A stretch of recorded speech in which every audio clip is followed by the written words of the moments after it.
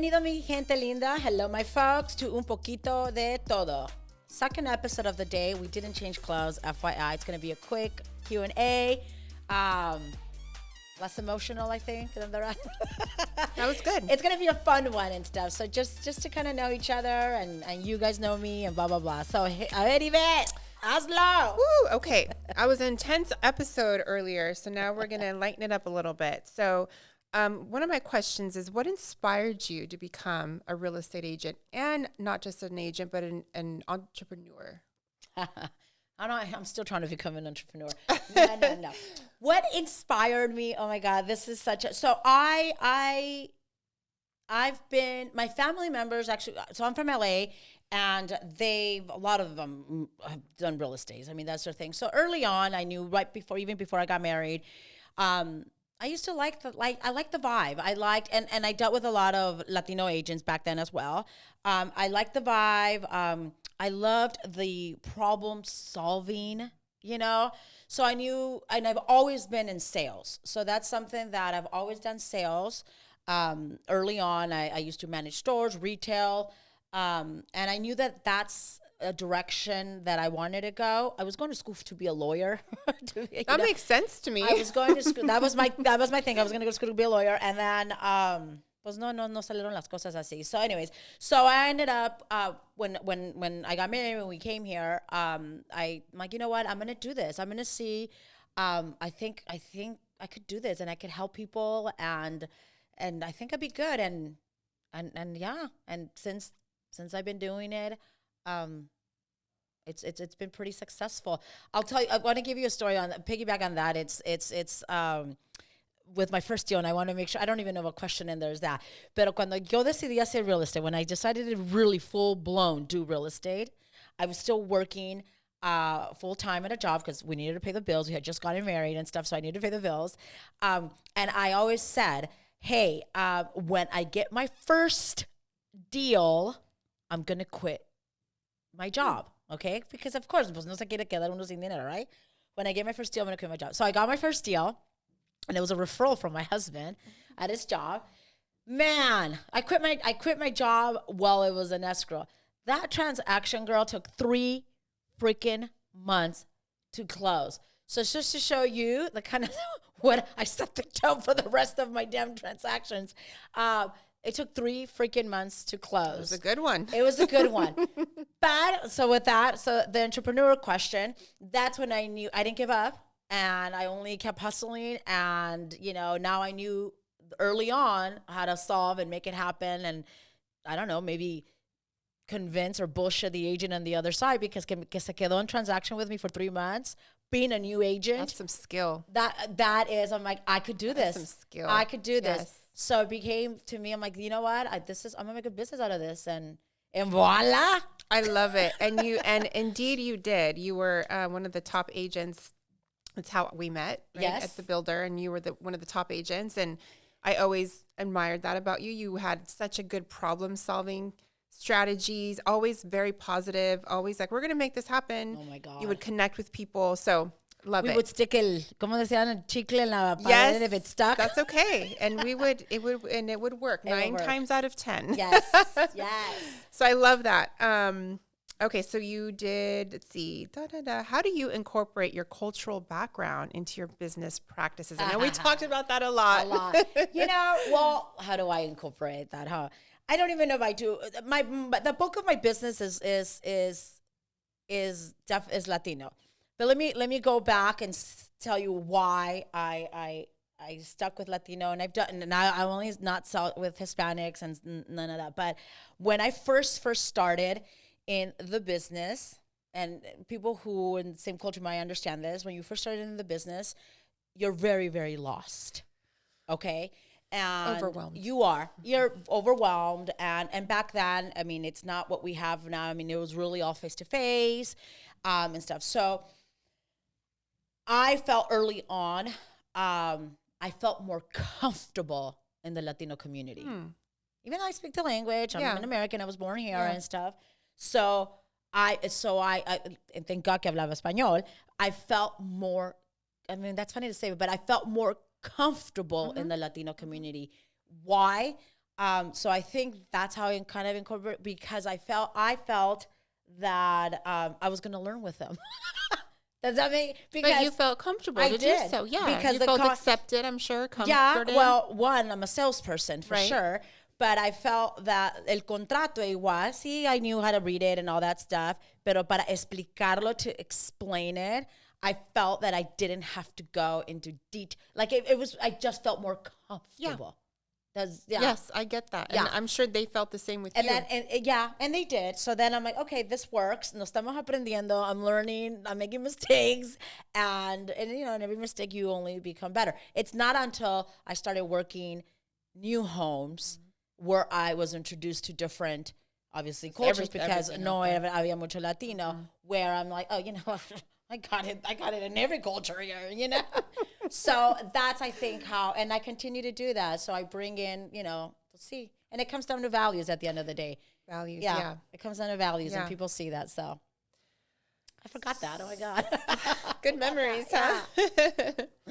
So what advice do you have for other Latina entrepreneurs aspiring to enter into this real estate community? Oh my God.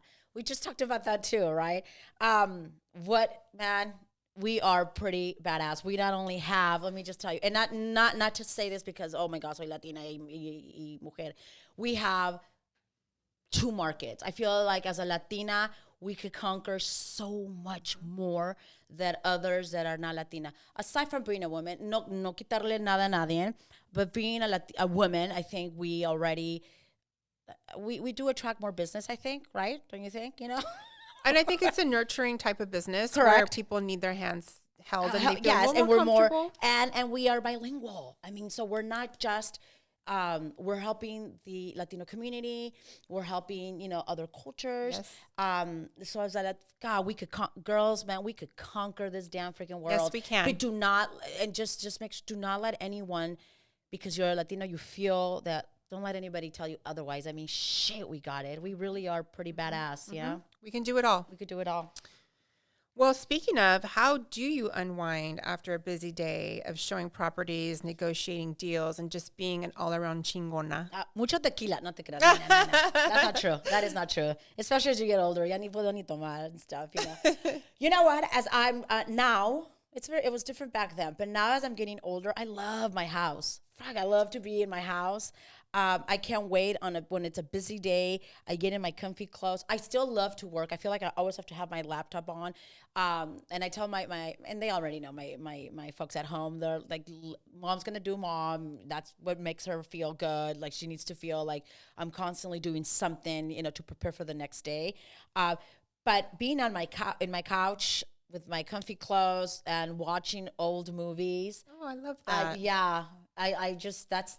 And you know what? And that's what you sell. You sell a home, right? I do. That's your sanctuary, and that's what you want your clients to have. You know what? And people, I mean, not to bring this a Q&A, but buy a house or be in a house or even in the home that you own, make it where you want to go home, you know? Because, God, it's rewarding. It It's is. comforting. You work hard for it. I love it. That's what we do. I'll sit in I love to have a clean kitchen, but I'll sit in my living room, in my family room, and I just kind of like, you know, after a busy day, you look around, and I'm like, God, I'm so blessed. And it just, I don't know, it makes me. And that's what drives you, right? Yeah. That's what you do. That's simple, what you want to simple give. things, but yeah, it helps me. Yeah. I love that. Yes, that's why we're here, right? To give that. Okay, so this is I'm actually would love to know.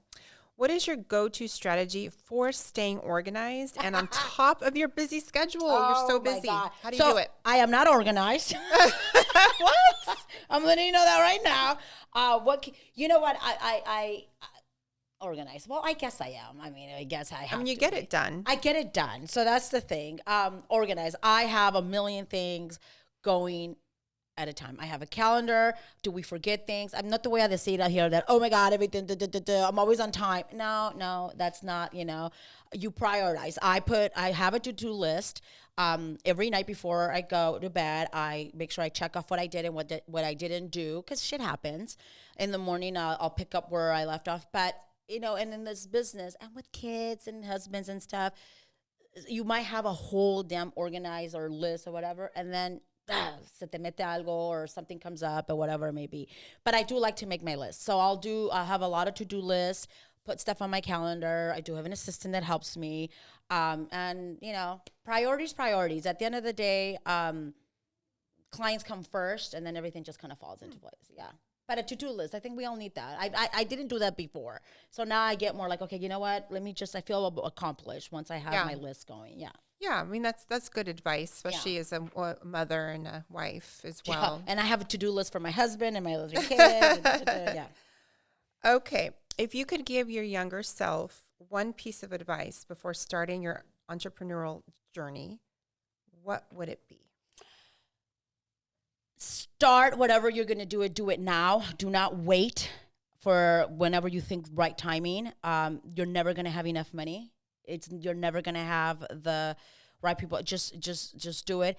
And always, whatever you decide to do, I ended up doing real estate, immediately go with a mentor and team up with someone that's going to take you to the next level faster. Yeah. I love that. Yeah. Because that was one of the things I think I was trying to figure out all by myself in the beginning, you know. So, for sure. Love that. All right, last one. If you could host a dream dinner party with 3 influential figures, living or deceased, who would you invite and That's why? so funny. So I have this. So these questions that we have, it's kind of like I'm also going to ask other people. I am not really like nobody really like, it's going to sound so that I'm star-striking or any of that, you know? Yep. So never have I ever really thought of that. One person, and es mexicana, y una artista ya se murió. I would have, I think, Maria Félix. Okay. Isn't she from Sonora? Yes. Okay. Yes. I'm for it. So she's pretty badass, and it's funny because I know my husband always says she reminds me of you. I would love to freaking have her there and show me. Se casó muchas veces. Era muy enamorada. We have a long coming. But I think I would want to have her, me, and maybe all her husbands.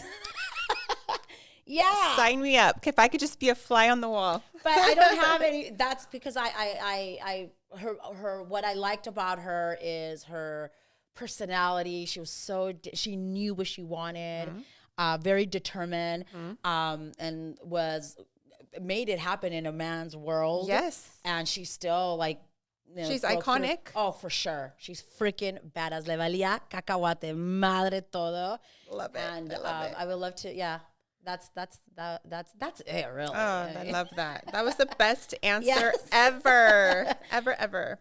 Well, I think is there anything else here? I think that was, I mean, we learned so much about you. We did. So this was just kind of a Q&A just because we wanted to, I don't know a little bit about me, but but we learned a lot, I think, in the last show and stuff. I mean, I just want to thank you for opening up, because I know I've been feeling a certain type of way, and I saw you today and we did this podcast and so much came out, and it was like almost like therapy, but it had to be said. Yeah. These things are not talked about. And I just thank you for opening up, because you are such a badass, and everyone needs to know that behind the scenes that these things happen and that these feelings are normal and they're real and you're not alone. And so I thank you for opening up. Oh, no. Thank you for allowing me and stuff. Feelings are real. And so just stay with that. I mean, we're all human. And I think, you know, we could all learn a little bit from each other. And just because someone seems like they're like hard ass, or they seem to have their shit together, you know, they don't, you know, and you never know. And I'm gonna leave it at that, but you never know what someone's going through, you know. And sometimes I estás pensando de más, and just because you think they're strong, you know, a hug, or let's just be kind to one another. Yes. At the end of the day, and reach you know? out. We're here, right? Yeah. You are an open book. You really are. You have mentored so many, and I've known you for a very long time, and very rare are there people that are so solid. And so I think that you're such an asset to this community, to the business, and again, thank you. La reina de las casas. La reina, yeah. Well, nos vamos, y con eso nos quedamos. We will see you on the next show. Aquí con un poquito de todo. Liza Alarcon, la reina de las casas.